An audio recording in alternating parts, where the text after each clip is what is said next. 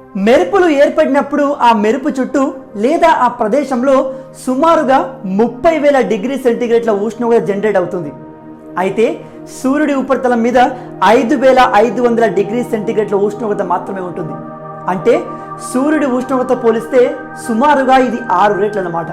ఇంత విపరీతంగా వేడి కలిగిన ఒక వెలుగు గాలి గుండా ఒక్కసారిగా ప్రయాణించేటప్పుడు ఈ మెరుపు పక్కన ఉన్నటువంటి గాలి అణువులు అనేవి విపరీతంగా వేడెక్కి దూరంగా ఎక్స్పాండ్ అవ్వడానికి ట్రై చేస్తాయి.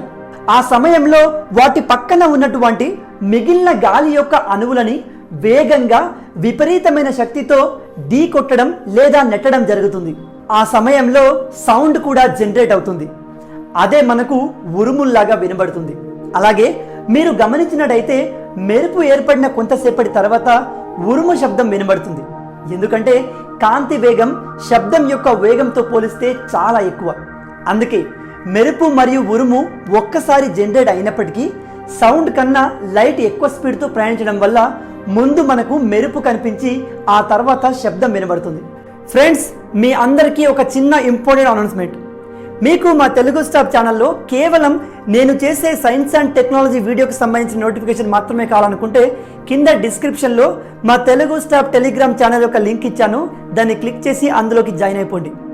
ఒకవేళ ఈ వీడియోని మీరు ఫేస్బుక్లో చూసినట్టయితే కింద కమెంట్ సెక్షన్లో మా టెలిగ్రామ్ ఛానల్ యొక్క లింక్ ఇచ్చాను. దాన్ని క్లిక్ చేసి కూడా మీరు మా ఛానల్లోకి జాయిన్ అయిపోవచ్చు.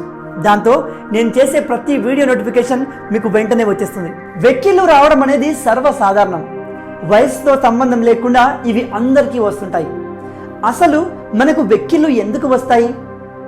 ఈ విషయం గురించి ప్రతి ఒక్కరూ ఏదో ఒక సమయంలో ఆలోచించే ఉంటారు. కాకపోతే దీనికి సమాధానం మీకు తెలుసా? సాధారణంగా మనం గాలి పీల్చి వదులుతూ ఉన్నప్పుడు మన ఊపిరితిత్తులు సంకోచం, వ్యాకోచం చెందుతూ ఉంటాయి. అయితే మనం శ్వాస తీసుకోవడంలో ఊపిరితిత్తులు మాత్రమే కాకుండా ఇంకొక భాగం కూడా ముఖ్యమైన పాత్ర వహిస్తుంది. అదే డయాఫ్రమ్ అనే ఒక కండరం.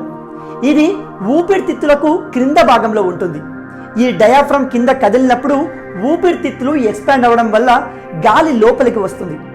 అలాగే ఈ డయాఫ్రమ్ అనేది పైకి వచ్చినప్పుడు ఊపిరితిత్తులు సంకోచించి గాలి బయటకు వెళ్తుంది. అయితే ఒక్కొక్కసారి మనం కంగారుగా తిన్నా, తాగినా లేదా ఎక్కువగా తిన్నా ఈ డయాఫ్రమ్ కింద ఉన్న జీర్ణాశయం ఉబ్బుతుంది. దీనివల్ల డయాఫ్రమ్ కదలికకు ఇబ్బంది ఏర్పడుతుంది.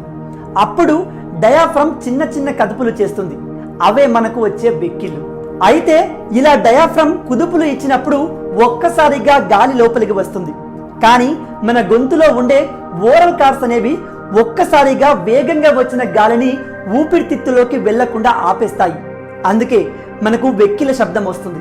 అలాగే మనం భావోద్వేగాలకు లోనైనప్పుడు కూడా ఈ ఎక్కిళ్ళు అనేవి వస్తాయి. మీరు గమనించే ఉంటారు, ఎవరైనా ఏడుస్తున్నప్పుడు కూడా వెక్కిళ్ళు వస్తూ ఉంటాయి. అయితే చార్లెస్ ఆస్బోర్న్ అనే వ్యక్తికి 1922 నుంచి 1990 అంటే 68 సంవత్సరాల వరకు ఆగకుండా వెక్కిళ్ళు వస్తూనే ఉన్నాయి.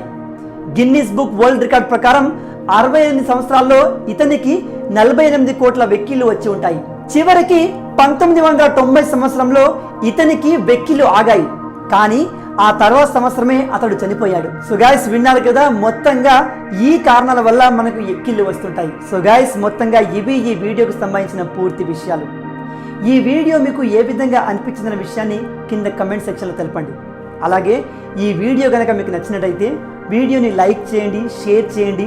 అలాగే ఇలాంటి ఇంట్రెస్టింగ్ వీడియోస్ కోసం మా ఛానల్ని సబ్స్క్రైబ్ చేసుకోండి. రాబోయే వీడియోలో ఇంకో ఇంట్రెస్టింగ్ టాపిక్తో మళ్ళీ కలుద్దాం. Until then, signing out. Hi, this is Rahul Vijay. Please do subscribe to telugustop.com. Please subscribe to Telugu Stop. Please subscribe Telugu Stop. Subscribe to Telugu Stop. Hi everyone, this is Yashwant here. Please subscribe Telugu Stop.